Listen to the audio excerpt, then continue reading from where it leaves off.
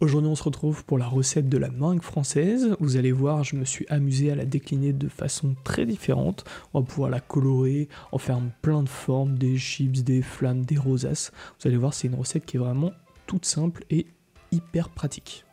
Et donc bonjour à tous, c'est Kylian de la Maison Monnaie, j'espère que vous allez bien. On se retrouve aujourd'hui pour une nouvelle vidéo. Aujourd'hui on va voir la recette de la meringue française. C'est une recette qui est vraiment hyper facile à faire. On va la décliner de plusieurs façons. Aujourd'hui, on va voir par exemple comment faire des petites coques de pavlova. On va voir aussi comment faire des petites décos parce que bientôt je vais vous sortir des vidéos pour les bûches. On arrive aux fêtes, il est temps de faire les bûches. Donc ces petites meringues vont nous servir de déco. On va voir aussi par exemple comment faire des petites chips de meringue. Vous verrez, c'est hyper simple à faire. Et puis voilà, sans plus attendre, c'est parti.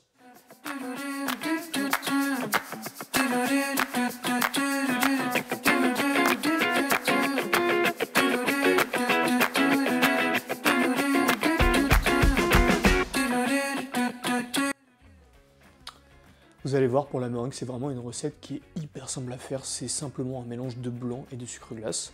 Je vais vous montrer comment faire. Et vous voyez, on va faire des petits chips avec ceci. Voilà, c'est vraiment hyper pratique. Ce genre de petit moule, ça peut servir vraiment à de la déco hyper sympa, vous verrez. On pourra mettre un peu de vanille, par exemple, sur la meringue, ou un peu de thé, pourquoi pas, pour donner un petit peu de goût. Vous verrez, c'est vraiment génial. Bon, sans plus attendre, on passe aux étapes de préparation de la recette. C'est parti!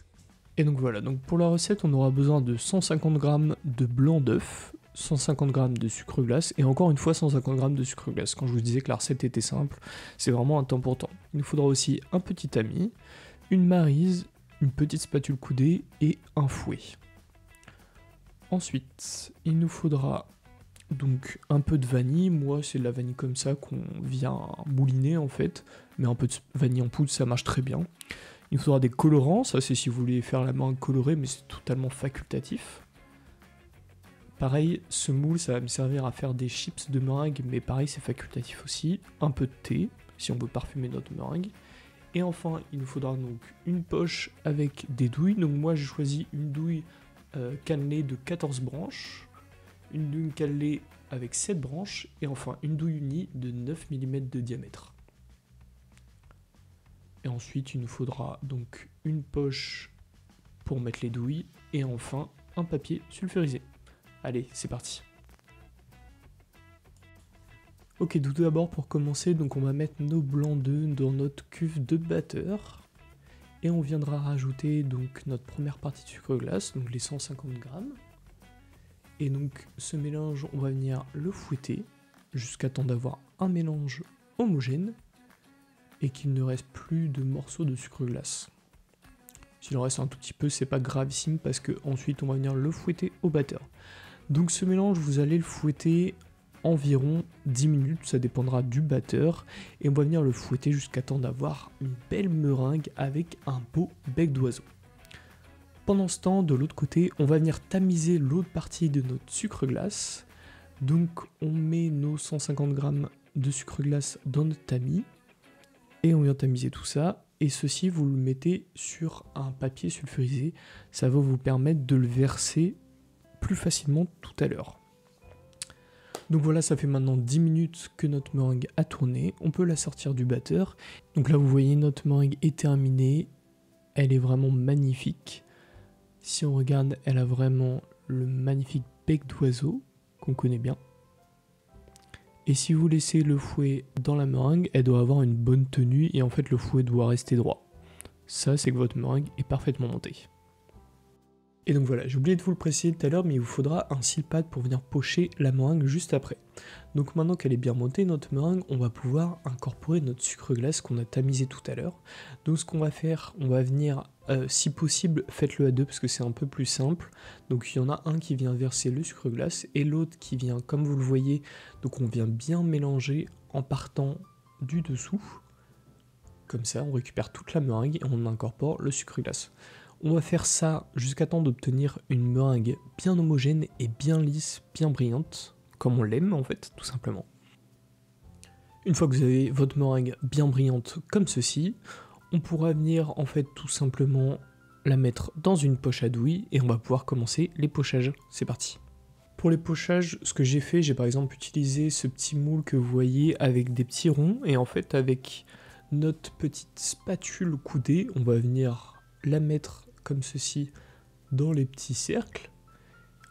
En fait, ça va nous faire des petites chips de meringue, vous verrez, c'est hyper pratique pour décorer des gâteaux, on s'en servira très certainement dans peu de temps. Donc vous voyez, on vient bien corner le dessus pour avoir des belles sphères. Une fois que c'est fait, on n'a plus qu'à enlever le moule. Et on pourra enfin ajouter un petit topping sur le dessus. Donc moi j'ai rajouté un peu de vanille et un peu de thé pour donner un peu de goût. Mais vous pouvez mettre absolument tout ce que vous voulez. Ensuite on est venu faire donc des petites flammes avec notre douille cannelée qui a 7 branches. Donc vous voyez ça fait des belles petites flammes. On pourra aussi faire des petites rosaces. C'est très sympa pour décorer ou pour faire des mini pavlova. Et on pourra enfin faire des petites flammes comme ceci avec la douille unie qui fait 9 mm. Pareil pour la déco de nos bûches de Noël, ça va être très pratique. On pourra aussi faire donc la meringue colorée. Il vous suffit de mettre un petit peu de colorant. Vous mettez du colorant hydrosoluble, c'est assez important, une petite dose. Donc moi je vais faire plusieurs couleurs, je vais faire du rouge, du vert, et après je ferai un tout petit peu de noir et de orange pour mes bonhommes de neige. Donc voilà. Et ce qu'on va faire, on va en mettre un petit peu dans notre poche et un petit peu de blanc aussi. Mais mettez moins de meringue colorée que de blanche, vous verrez. Et donc voilà, après je m'amuse, j'ai fait des petits sapins, des petites rosaces, on est venu faire plein de petites choses. Vous voyez un peu le résultat de plus près comme ceci.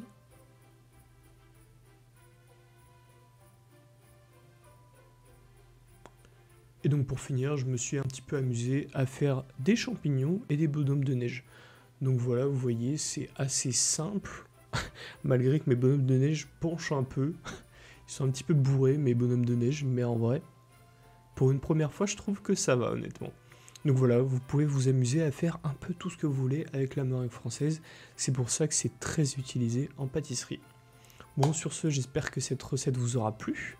On n'aura plus qu'à venir les cuire, donc 1 heure dans notre four à 80 degrés. C'est très important. Et ensuite, au bout de l'heure de cuisson, on éteindra le four et là on les laissera toute la nuit dans le four qui est chaud. En fait c'est hyper important de faire comme ça, avec à les cuire 3 heures à 80 degrés, mais pour votre consommation électrique, je vous conseille plutôt de les cuire 1 heure à 80 degrés et ensuite de les laisser dans le four toute la nuit. Donc voilà, j'espère que cette petite recette vous aura plu. On se retrouve la semaine prochaine pour une nouvelle recette. C'était Kylian de la Maison Bonnet. Ciao!